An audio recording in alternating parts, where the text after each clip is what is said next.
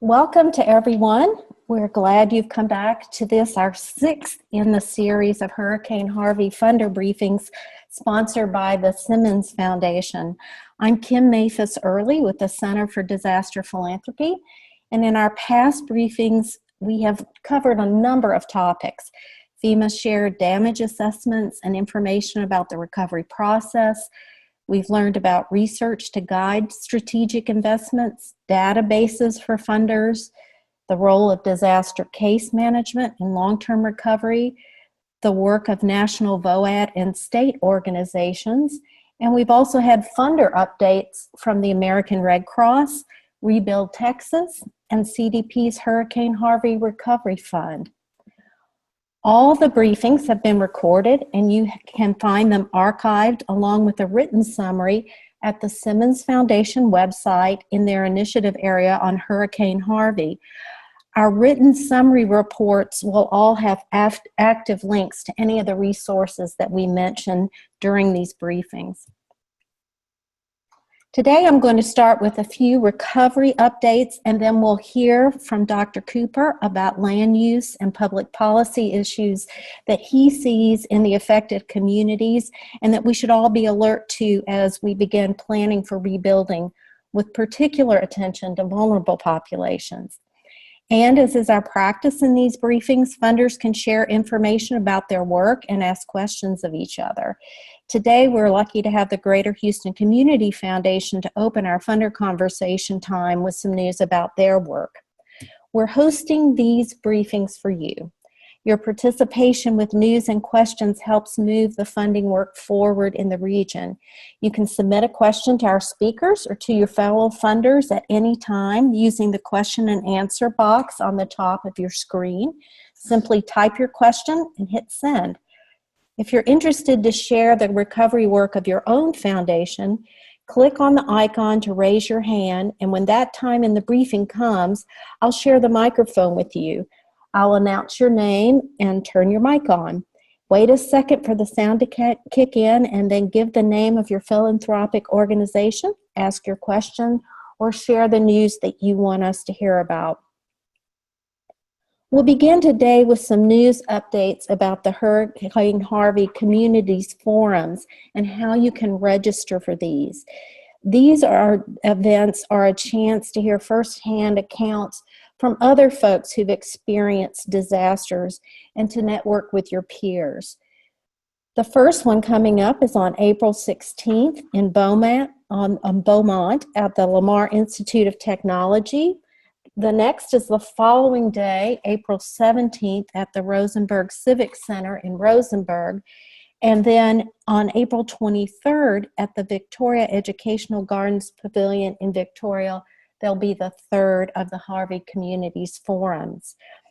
The guests that have been invited to share in their experiences with folks in Texas include an NAACP branch officer and national board member who worked with faith-based volunteer organizations after Katrina, levee managers who worked on coastal restoration and hurricane protection in Louisiana, experts in economic recovery who worked in Louisiana after Katrina, in New Jersey after Sandy, and in Oklahoma after the 2013 tornadoes, a long-term recovery team president, a representative of the National Park Service who will be focusing on ecotourism to spur economic growth, a public school leader from Joplin, Missouri, and elected officials from Louisiana and Iowa to share about community planning processes, public health, and social services.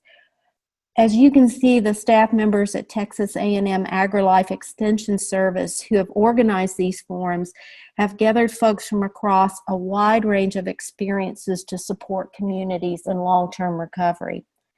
You can RSVP at no cost at the link on the screen, and that link will appear in our written summary of this briefing on the Simmons Foundation website. I'm pleased to introduce John Cooper. John is Assistant Vice President for Public Partnerships and Outreach at Texas A&M. CDP is fortunate to have worked with John and funders in the Midwest who are preparing for leadership and response to disasters. He's a scholar whose work regularly informs our understandings of the effect of disasters on vulnerable populations and the urgent need for greater awareness of hazard risk reduction. In addition to his work in Texas, he's a former program director at MDC in Chapel Hill, North Carolina, where he managed a FEMA emergency preparedness demonstration program to understand barriers to increase disaster awareness and preparedness in marginalized communities. He's joining us today from the Aspen Institute in Washington, D.C. We're eager to have him speak, and we'll wait a few seconds for him to call in and get his audio. John?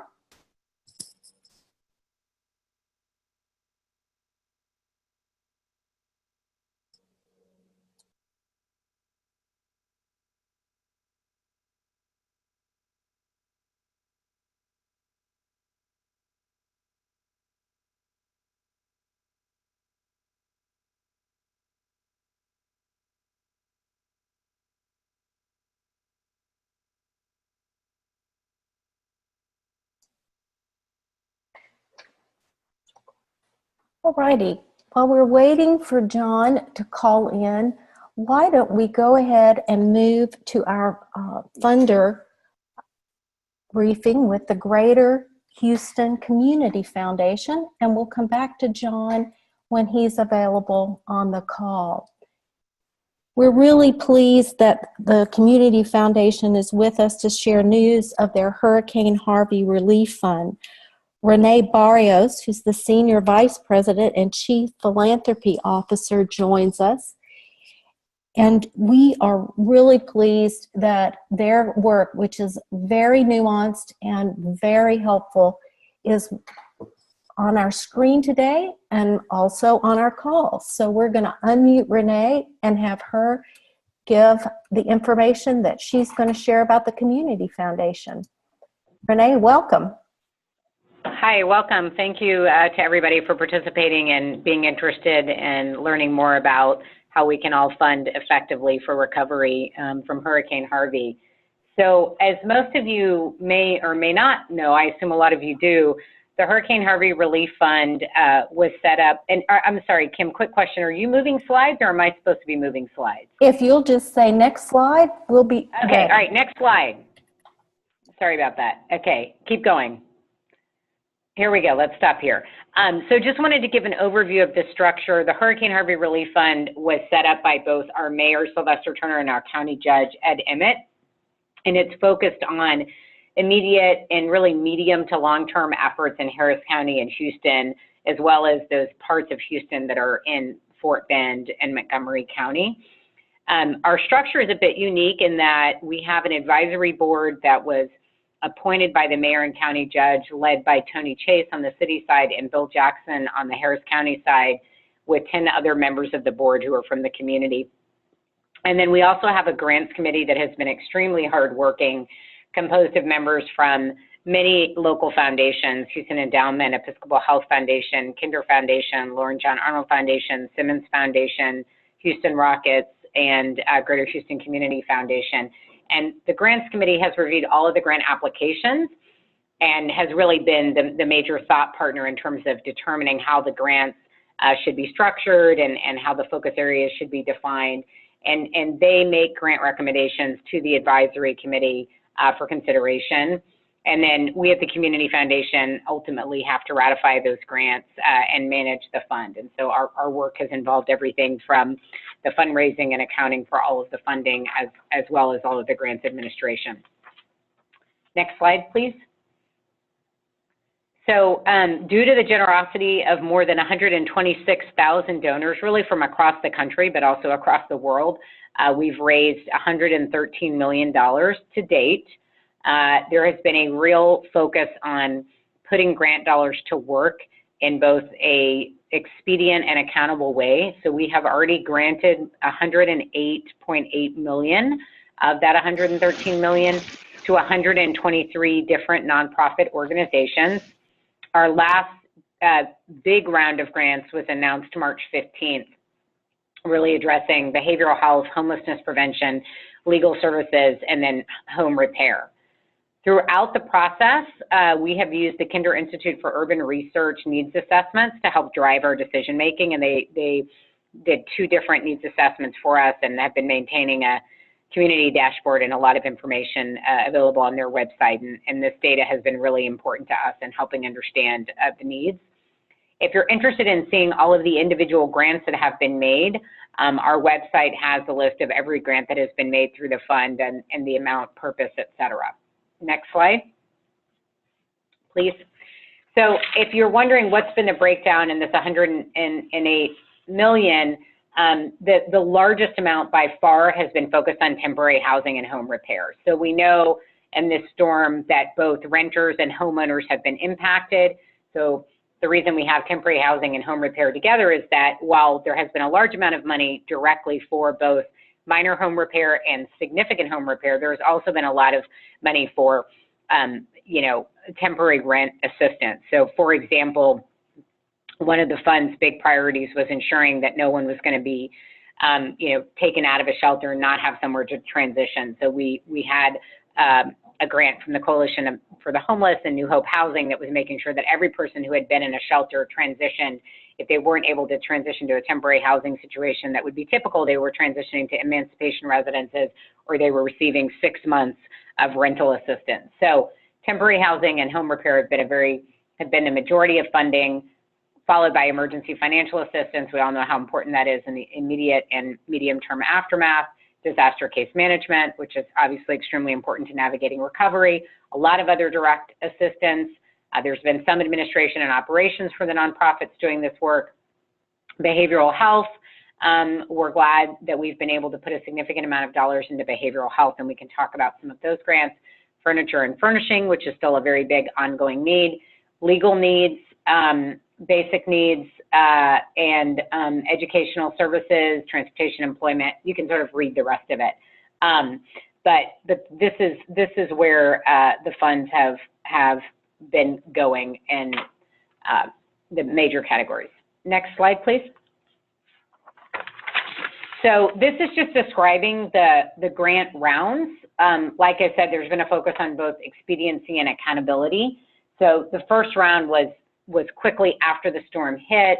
That was an invitation-only round just to get money, particularly to those who were working on basic needs assistance, beginning case management, making sure that immediate relief was available.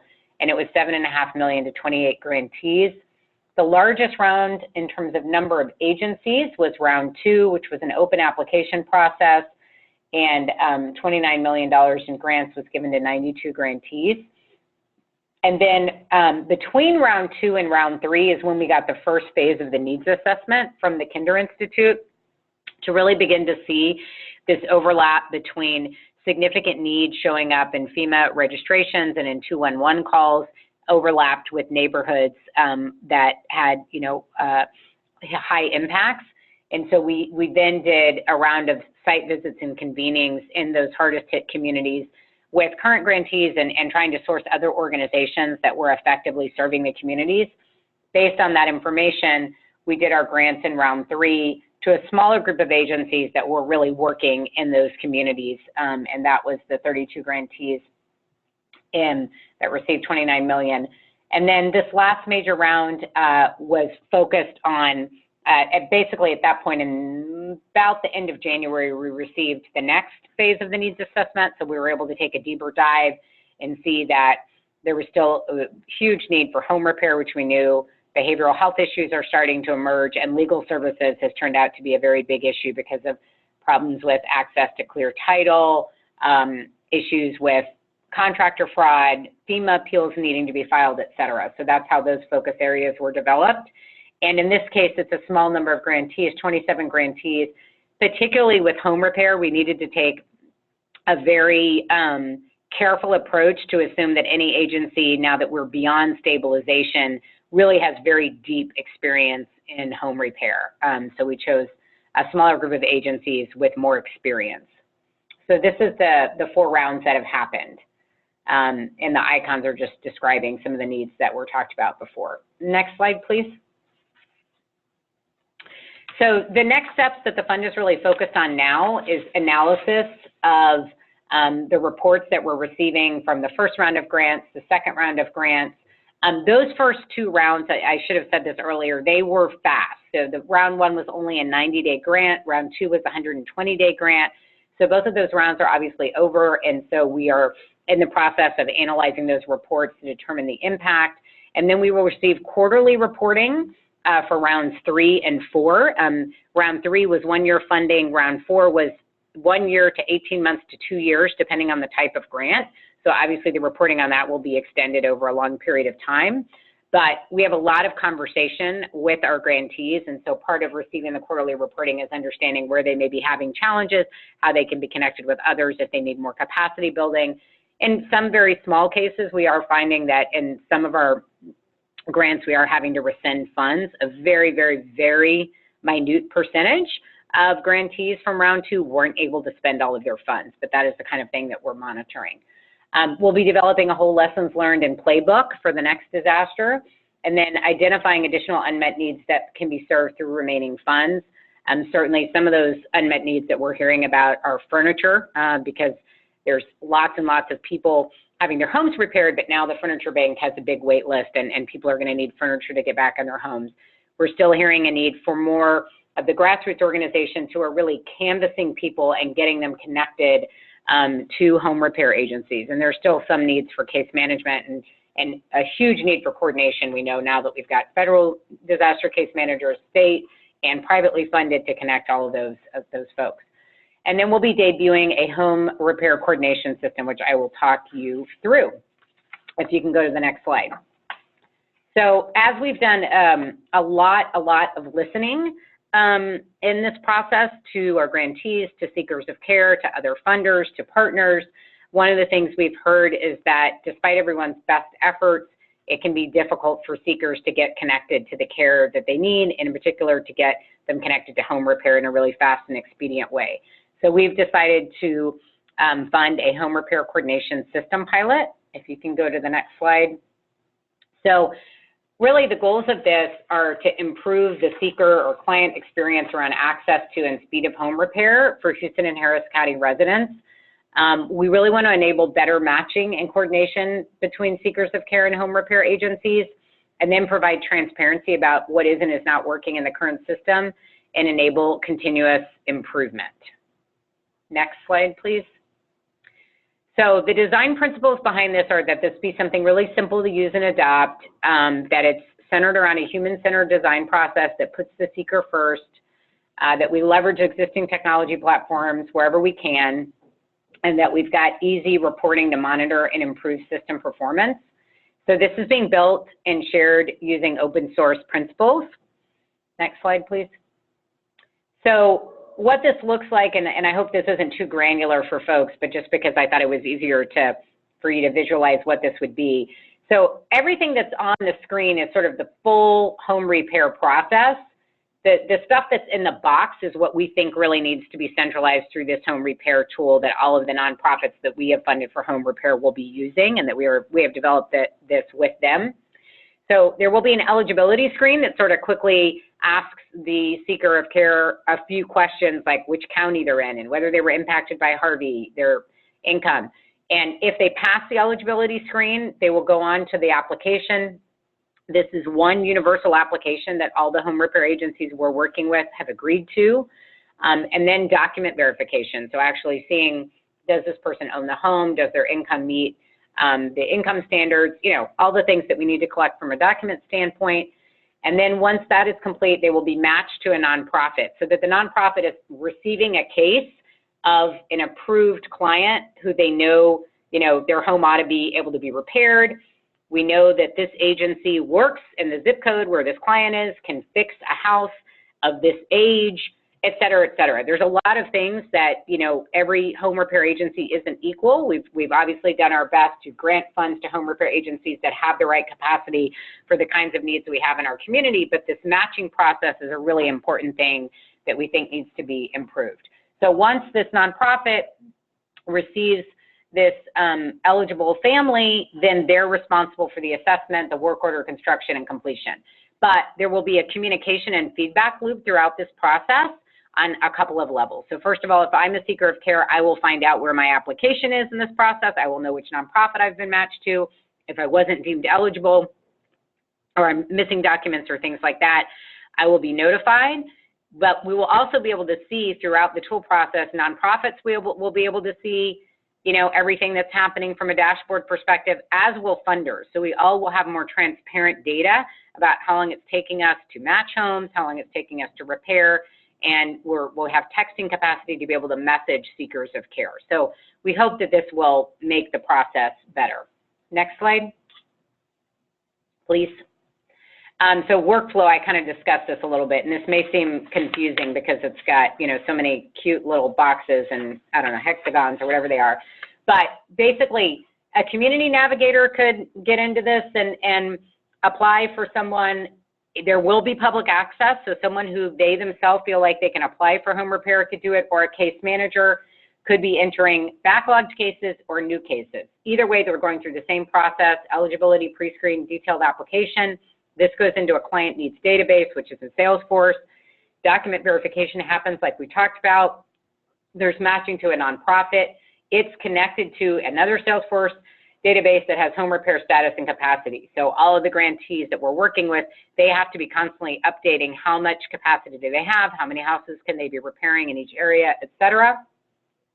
And then there's matching ultimately between the client and the home repair nonprofit, and a feedback loop all the way through in reporting. And there will be a connection to CAN in the sense that we'll be making sure that if this was not a case already in CAN, that we enter the basic information in CAN so it's recorded. So that's really the end of sort of the formal presentation, I would say. And, you know, I would say too, we've obviously also really valued collaboration with other funders in this process. So we have tried to stay close to and stay in conversation with other relief funders, even though we all have different scopes. We've had monthly coordination meetings, as I think most of you know, that the Houston Endowment and the GHP have been sponsoring. And so obviously we have found those collaborations to be extremely helpful in coordination. And, you know, we are open to continued coordination and discussion with any other relief funders or other funders beyond that who are interested in talking about ongoing needs that will still be there. I should say, too, that we are likely to do another large convening of grantees more towards probably the third week in May after this home repair tool system goes live, and it'll have multiple purposes. It won't just be about the home repair tool, but we still are hearing from our grantees that there's a lot of need for them to come together and understand further many of the services and resources that are available and how they can make active referrals. So we've recently done a lot of funding in the legal service community, a lot of funding for behavioral health and systems and integrated care, and we want to make sure that other nonprofits know how to make referrals from their clients to access those behavioral health services or access legal services where needed or access home repair services. So that definitely still seems to be something that is actively needed, is just more active discussions about how referrals can be made and how that coordination can continue to be strengthened. So I'll stop there, and I'm assuming we have time for questions, Kim? Yeah, we do. And I already have one for you. This is in response to how quickly you have been able to move a lot of money out into the hands of grantees. And this is about your own internal capacity. Have you had to add staff because your other work is ongoing while you're doing all this disaster work? Absolutely, yes. You know, it's been a really interesting process. You may or may not know that when the Hurricane Harvey Relief Fund was established, the May and the county judge wanted to be able to publicly say all funds are going directly to nonprofits. And so we had to decide how we were going to be able to do this work effectively and staff it. And so fortunately, we reached out to both some national foundations and local foundations who were willing to fund some project operating support for the Community Foundation. And we're really grateful for those funders who were the Conrad Hilton Foundation, the Houston Endowment, the Kinder Foundation, and the Lauren John Arnold Foundation, as well as some of our local community foundation donors, many of who chose to be anonymous. So they all funded our capacity, and with that, we were able to put together a consulting team that has worked with me, which has been about 5 people. And Lamicia Butler, who's been our Harvey Grants Fund Director, has been absolutely amazing, along with Elena White, our data and strategy impact person, who's really developing the home repair tool. We've brought on different people at different times. So we also have Dylan McNally now, who's a technology consultant working on that tool. And then we've had multiple different support staff who've been invaluable. So we absolutely have had to hire additional team members. We've also had many community foundation team members did put their work on hold for at least the first 3 or 4 months. The entire organization was focused only on Harvey. And then over time, we've tried to minimize that a bit so that we could continue to do our other roles for our donors in our community. But yes, it's definitely been a strain. Part of what's made it possible, though, besides just hiring a team that has had a real commitment to the mission and a very high sense of urgency and great organizational skills, is online technology that we use for grant making has definitely made it easier. So we had a tried and true system that we had used for other large scale grant opportunities. And I do think, had we not had that, we likely would not have been able to do this. Thanks, Renee. This has been very helpful. And I'll just remind folks who've called in today that if you have something to share or you have questions of either Renee or we're going to be turning to John right away, please type your question into the question and answer box and click send, and I'll get that and be able to address it to our presenters. Or raise your hand and I can call on you and get the mic to you for any report you might want to share. Now we'll return to John. You've heard me introduce him earlier in our time together today. And as we said, he's called in from DC and we're happy to have him, and we'll get him up and ready to go now. Thanks, John. Thanks, Kim. Can you hear me? Yes, sounds good. Great. Sorry for the technical difficulty earlier. First, I want to take a minute to add a little bit more substance to my background and experience. I've learned if my audience has some sense of the path I've taken to get where I am, they tend to better understand where I'm trying to go. So with that, I was born and raised in one of the poorest counties in rural Northeast Texas. My dad was a combat medic in Vietnam. He retired from a career in emergency medical services, so he was a professional first responder. My mom is a retired county extension agent. She was a community convener in her professional career. She taught me how to drive a tractor and when to plant sweet potatoes, and I'm proud to be a mama's boy. I went to Texas A&M for my undergraduate degree in economics and stayed for a degree in urban planning. I later reluctantly followed my graduate advisor to the University of North Carolina at Chapel Hill for a Ph.D.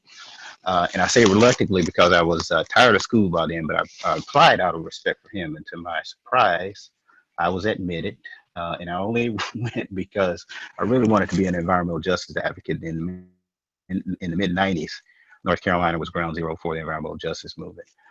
Anyway, my advisor, who was also providing scholarship funding, hoped I would become a disaster researcher, because at the time he felt like there was a lack of diversity in the field, and he thought I would be the one to raise questions no one else was thinking to raise. But I was not interested at the time, and after a while, this tension sort of caused a rift between us, and I decided to take a little time off in the Ph.D. program. And when I took time off, I wound up at the North Carolina Division of Emergency Management as a mitigation planner. They needed help after Hurricane Fran in 1996, and I knew more about the subject than a lot of the folks I'd be working with. I got promoted to the position of North Carolina Hazard Mitigation Grant Development Coordinator, which meant I was responsible for getting applications for housing acquisitions and elevations and relocations, et cetera, approved by FEMA. After a few years, I decided I couldn't not finish my PhD after investing so much time in it, but I couldn't afford to pay for it out of pocket. So I went back to my advisor and asked him to take me back. And the only job he could offer me was for a project aimed at studying the quality of disaster plans. And because I was generally concerned about the design and implementation of inclusive community planning programs, I jumped on the offer and decided to be opportunistic and chose to write a dissertation on the extent to which marginalized populations specifically are accounted for in disaster planning. reviewed a national samples of disaster plans, and long story short, at the time I didn't find much to cheer about, and there's still a lot of room for improvement. I'll talk more about that later. Finished my PhD in 2003, and make no mistake about it, my intent was to get out of the emergency management field and academics altogether, because I felt no one cared about pre-disaster planning. So why would I try to forge a career out of that? And I wasn't interested in a published paradise lifestyle. I wanted to be more about doing the work as opposed to writing about it. So instead, I went looking for a job that would allow me to become a skilled community builder. And as you mentioned, I wound up at MDC, a Durham-based nonprofit, widely respected for its history of managing programs aimed at connecting people to opportunity. And then later in 2004, I got a call from my old advisor, and he wanted me to join him and a few other of my old university colleagues in applying for a FEMA collaborative grant to understand the barriers to increase disaster awareness and preparedness among vulnerable populations. His argument was, look, you wrote a whole dissertation on this, and you might as well apply that knowledge to the benefit of folks who need it most. And he was right, so I agreed to participate. Fortunately, we were successful in getting the grant. And at least, well, according to the FEMA coordinator, we got the grant because ours was the only proposal that had the requisite research, practice, and community engagement skills necessary for the work. And then a month after we started, Hurricane Katrina hit. Okay, so now in the interest of time today, I'll just say that was the moment that I, a person of color who grew up in a poor rural community, son of a first responder and a community builder with a Ph.D. specializing in inclusive disaster planning, having emergency management experience, and at the time working for a nonprofit with a track record of success at breaking through barriers to help people grow and protect their assets.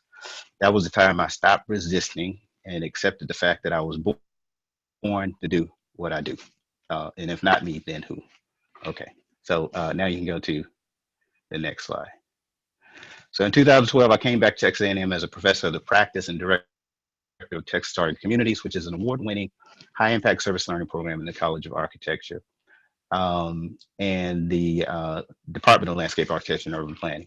I also play a lead role in the engagement efforts of the Institute for Sustainable Communities, the Center for Housing and Urban Development, and the Hazard Reduction and Recovery Center. In fact, I began my career in emergency management as a research assistant in the Hazard Reduction and Recovery Center about 25 years ago. I'm also a member of the advisory board for the Department of Homeland Security's Coastal Resilience Center of Excellence at the University of North Carolina in Chapel Hill. And by the way, before I left North Carolina, I was also advising philanthropic organizations like the Simmons Foundation, the Blue Cross and Blue Shield Foundation of North Carolina, and the North Carolina Community Foundation on disaster grant making. Since coming back to Texas, my colleagues and I have written a book on community resilience and had our work featured in a special edition of the Journal of the American Planning Association. Okay, next slide. So I said all that to say this. After 25 years of thinking, writing, and being about community resilience, there are a few things I am sure of. Actually, I put "we" in the title of this slide because I'd be surprised if most of the folks on this call have not reached some of these same conclusions. First, disasters, I'm talking about number, severity, and impact, are trending upward. And last I checked, this upward trend started about 30 years ago. Second, many suffer disproportionately due to social vulnerability. And I'm referring mostly to poor and racial minorities, but in particular, but this includes the elderly and those facing physical and other cultural barriers, among others, of course. Third, the return on investment for mitigation is much higher than the return on investment from relief and recovery. In other words, to me at least, planning matters. Plans and planning matter. Fourth, the key to community resilience is a strong community fabric. Vulnerability, at least in my mind, is inversely related to capacity. The more capacity a community has, I'm talking strengths of relationships, internal and external to the community, its human and financial capital, et cetera. So the more capacity it has, and the more that the time and talent and treasure of a community is coordinated, the greater is its ability to withstand and bounce back from a disaster. Five, community-based organizations are a safety net for the most vulnerable. So after the response and short-term recovery phases of a disaster begin to wane, folks left behind are the same ones who needed help before the disaster. And then after the disaster, you have to make room for the folks who were only one paycheck away from financial crisis before disaster. So after disaster, you have this whole new group of folks who don't have a place to live or a place to work. They have no savings, no access to credit. They have no place else to turn. Okay. So despite the things we know and can predict, by the way, next month will be 2 years since I made some of these same points in another webinar hosted by the Center for Disaster Philanthropy. And I thank them for amplifying our voices. There's no greater ally in my mind. But despite their amplification of our voices, 2017 ranks as the worst year in the last 20 years in terms of cost of damage. And that $230 billion is economic damage just from Harvey and Irma and Maria, if I'm not mistaken. It seems few people are dying, but it costs us more economically. Next. Many still suffer disproportionately. I mean, what more can I say here? I mean, you already know this. Third, you also already know that the pace of recovery is still slow, still inefficient, and still insufficient. There's not enough housing, not enough mental health counseling. It just occurred to me that we have an abundance of thoughts and prayers, though, and we are good on faith. We just need more work grounded in faith. My grandfather was a preacher, so bear with me. I digress. Next, so what you might not realize, though, is that disaster planning still lacks a constituency and is underfunded. If we had a fraction of the billions of dollars that Congress has allocated or is about to allocate for recovery to spend on planning, I believe we can do great things. For now, unfortunately, though, the plans we already have are generally underfunded, weak, and sometimes they can be counterproductive. So too often plans are calling for smart growth in dumb places, as my old advisor would say. But if you want to know more about that, I can point you to studies. Next, so one more thing, the response from community-based organizations is still typically ad hoc. I think we're one bullet point behind on next one. Okay, yeah. The response from community-based organizations are still typically ad hoc and short-sighted. So planning for disasters or planning for continuity of operations during disasters should be standard for nonprofits that serve the most vulnerable members of a community already. They should have shovel-ready projects to put forth the moment the winds die down or the rain stops. And as far as I'm concerned, long-term recovery committees should keep going after their recovery work is done. Every long-term recovery committee should convert into some type of community readiness task force or some other community-based intermediary, assuming there's not one operating in a community already. And while I'm on the subject, I feel like when most people, excluding the folks on this call, of course, when most people talk about recovery or rebuilding, they are imagining a return to the status quo. When the status quo is unacceptable for a lot of people that we care about and work with and for. So instead of returning to the status quo, what I'm talking about is reimagining or repurposing. So it could be, because frankly, some things don't need to be rebuilt like they were before. So next slide. So what am I planning to do about it? Got a next slide. Last August, before Hurricane Harvey hit, I started my new job as Vice President for Public Partnership and Outreach at Texas A&M.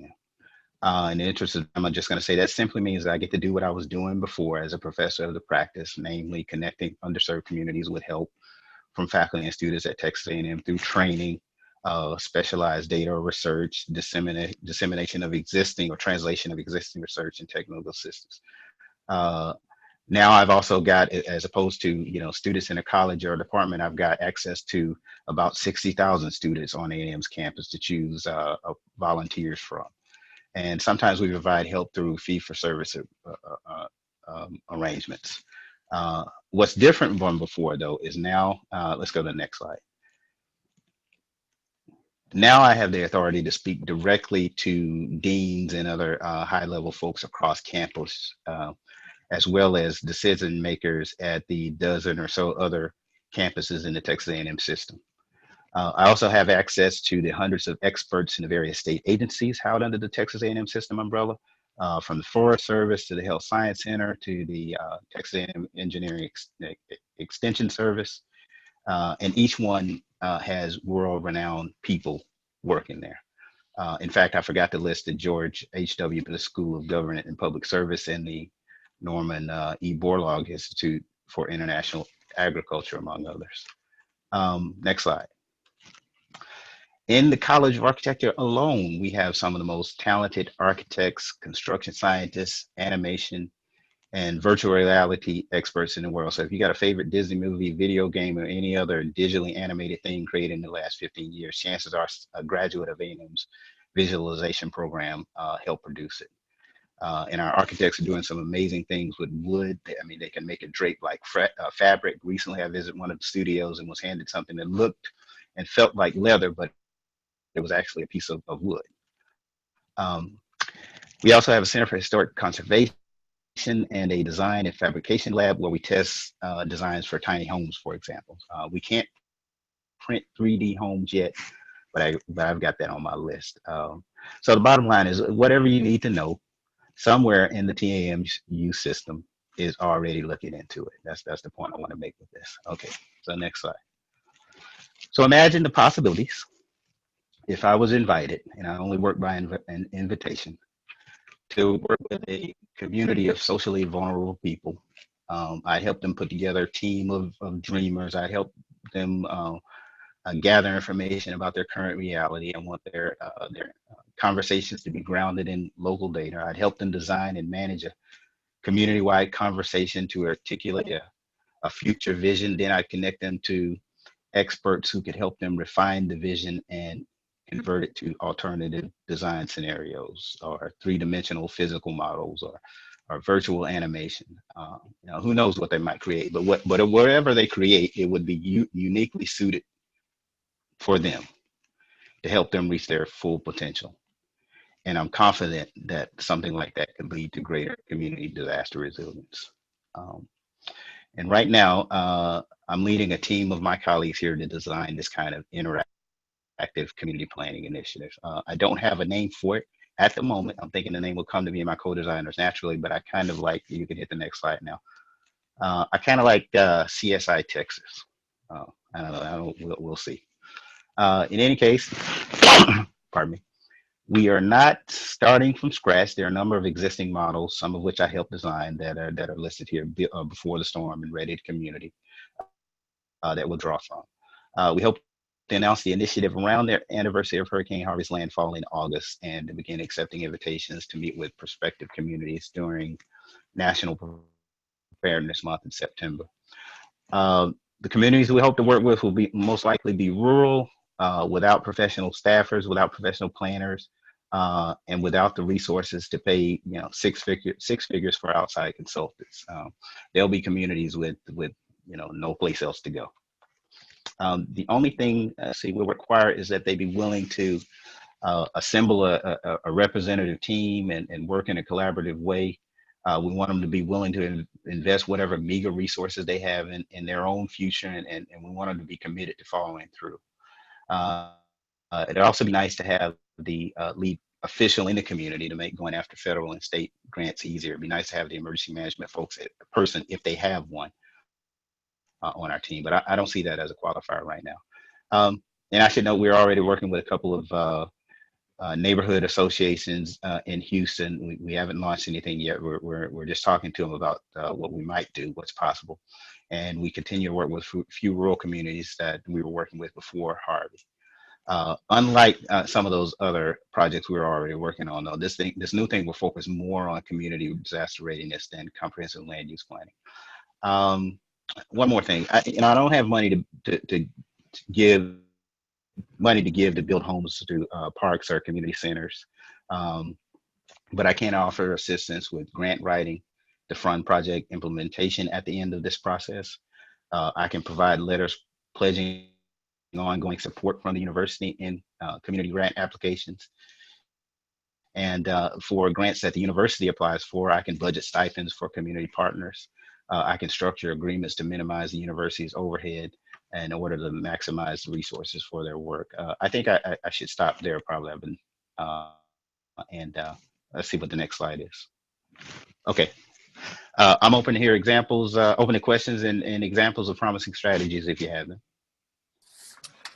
Thanks so much, John. Your passion for this work really comes through, and it helps us to stay energized for long-term recovery.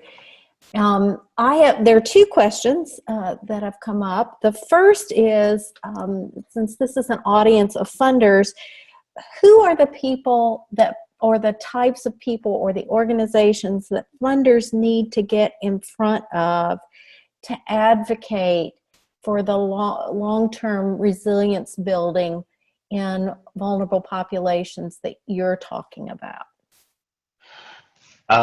You know, there are some that exist that are part of the, statewide VOAG groups, for example. There are others that are emerging, and I'm talking specifically about these long-term recovery committees. I don't know if that was a policy question. I think my colleagues and I have made the pitch to our state legislators for this, but they don't, there's not a constituency for this kind of work. And so I don't know if that answers the question, but. That's certainly an answer that we can mull over. The second question is one that you may not be able to answer, but if you can, apart from Texas A&M, who is funding the work that you're talking about in terms of CSI Texas? I've been more concerned about what the work is up to this point. And haven't really thought about, where money will come from. There's a lot of stuff that we can do without any outside investment. Outside investment helps expedite things, but we haven't really thought that far in advance right now. I'm at the point where I've decided that I'm going to do this one way or the other because I'm tired of starting from scratch after every disaster. As I said before, I've been doing this for 25 years, and I can pretty much predict what's going to happen after every disaster. And so we got to do it, political will or not. Thanks, John. Any other questions from our attendees, either for Renee or for John, now that we're approaching the end of our time together? You can type in a question and answer, or you can raise your hand if you want to report in something about your own foundation's work, and I can get the mic to you. So I'll pause here for a minute to see if we have additional questions.